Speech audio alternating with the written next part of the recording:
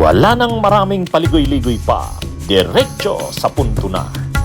Maiksi lang ang komentaryo, pero diretso sa punto. Maraming kuro-kuro, may tiwali, may totoo. Dito, sa puntong diretso tayo. Punto, diretso. Yung speech ni Duterte, yung mga pananalita daw ni Duterte, pinakita kasi ng prosecution yung mga salita ni Duterte, yung kill, patayin yan, ano? Kung hindi nanlalaban, taniman niya ng bala para pataniman niya ng ebidensya para manlaban. Yung mga ganon. Ang sabi ni Kaufman, hyperbole lang naman yun. Hyperbole. Kumbaga, exaggerated. Ano yun eh, figure of speech ang ibig sabihin nun. Huwag mong i-take siya literal. Hyperbole nga. Sa ano yan eh. Kumbaga, masyado nyo namang liniliteral. Hindi naman ganun ang ibig sabihin daw ni Duterte. Mga kabunyog, mga kababayan. Style lang talaga daw yun ni Duterte. Ganun lang siya magsalita. Mga kabunyog, kayo ang magsabi. Si Duterte ba pag nagsasalita ng patayin nyo yan, hindi niya talaga intention yun? Sige nga. Sa atin na mga nasa Pilipinas, pag sinasabi ng Duterte, yung mga kriminal, ayaw ko na hinuhuli pa ninyo yan ng buhay. Patayin nyo na yan. Kung ayaw manlaban, taniman nyo para manlaban. Yun ba ay joke lang ni Duterte? Hindi. Ano ang patunay na hindi joke lang yon? Bawat sabi niya ng ganon, maraming namamatay. Pag nagsabi siya ng ganon, yun talaga yung nangyayari. Patayin nyo, hayaan nyo, taniman nyo ng bala. Intention niya talaga yun. Ang sinasabi kasi ni Kaufman, ang depensa ni Kaufman, walang criminal intent sa mga sinasabi na yon ni Duterte. Lahat yon ay exaggeration. Hindi yun literal. Ikaw, Kaufman, wala ka sa Pilipinas. Hindi mo alam. Ang salita ni Duterte, sinusunod yan ng mga ng death squads niya, ng PNP. Yung sinasabi na yan ni Duterte, hindi yan tinitake na parang joke lang. Hindi. Literal talaga yan. Ginagawa yan ng mga binuo niyang death squads at ng PNP. Kaya nga impunity na ang nangyari. Kumbaga yung pagpatay talagang massacre na ng mga mahihirap. Wala nang kinakatkutan ang mga pulis. Pinapalabas na lang nila nanlaban. Kasi yun ang sinabi ni Duterte. Palabasin yung nanlaban. Akong bahala sa inyo, huwag kayong matakot. Ngayon, yung bang mga ganong sinabi ni Duterte ay hindi mo iti-take literal? Ganun talaga. Tinitake talaga siya literal ng mga tagasunod niya.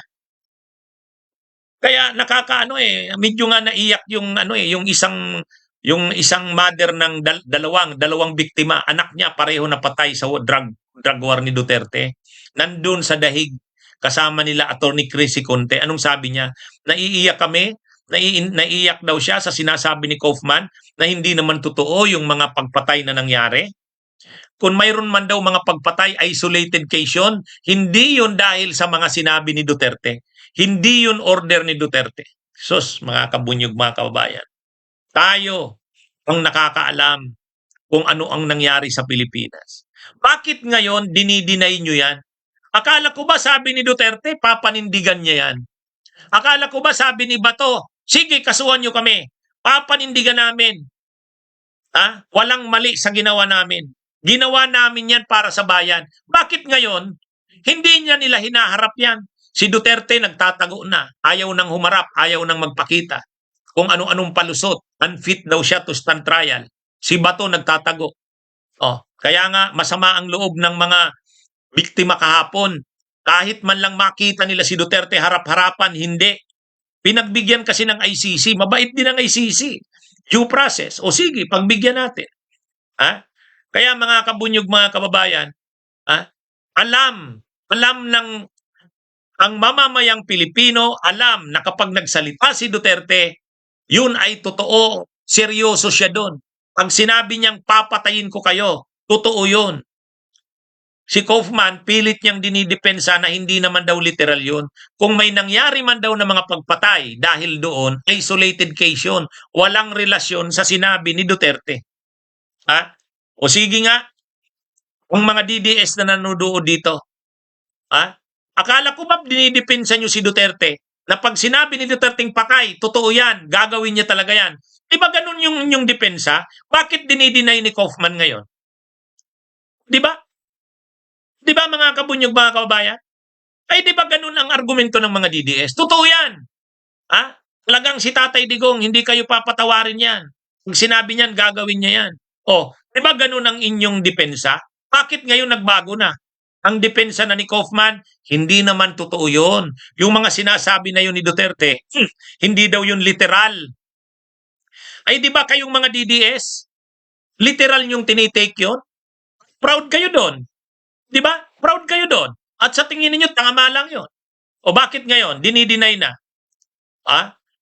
Iba na ngayon ang narrative ni Kaufman.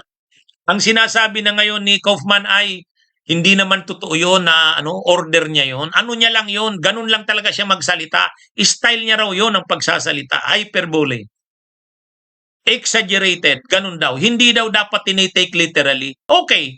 Kung hyperbole pala yan at hindi naman literal, bakit sa bawat pagsabi niya ni Duterte, ang daming namamatay?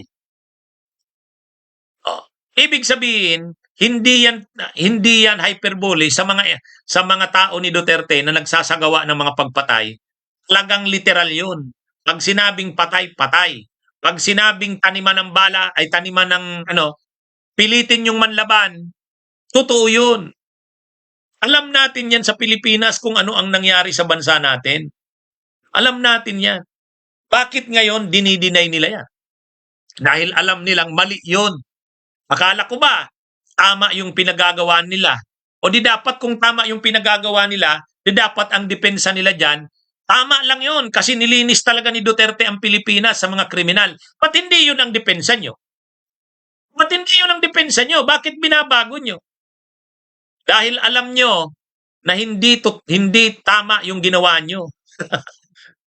Di ba? Ha? Oh. Alam nila na hindi tama yung ginawa nila. Kasi kung alam nilang tama ang ginawa nila, o di magdidepensa si Duterte, anong sasabihin ni Kaufman? Yes! Ginawa talaga yan. Kung sa Tagalog ginawa talaga yan ni FPRRD dahil alam niya na para yan sa bayan. Para yan sa kinabukasan ng mga anak. O di ganun. Ganun. Para sa kinabukasan ng mga kabataan. Ganun. Ba't hindi ganun ang depensa nila? Akala ko ba tama yung ginagawa nyo? Akala ko ba tama yung pinagagawa nyo? Bakit dinideny nyo na ngayon? Pinapalibas nila yung mga nangyaring pagpatay, hindi order ni Duterte. Yung mga nangyaring patayan, hindi order. Isolated case yun. Kung sino man ang gumawa nun, hindi alam. Yung mga sinabi ni Duterte na patayin, manlaban, piliting manlaban, hindi literal daw yun. Hyperbole lang daw yun. Exaggeration. Ganun lang daw talaga siya magsalita. Mga kabunyog, mga kababayan. Sa totoo lang.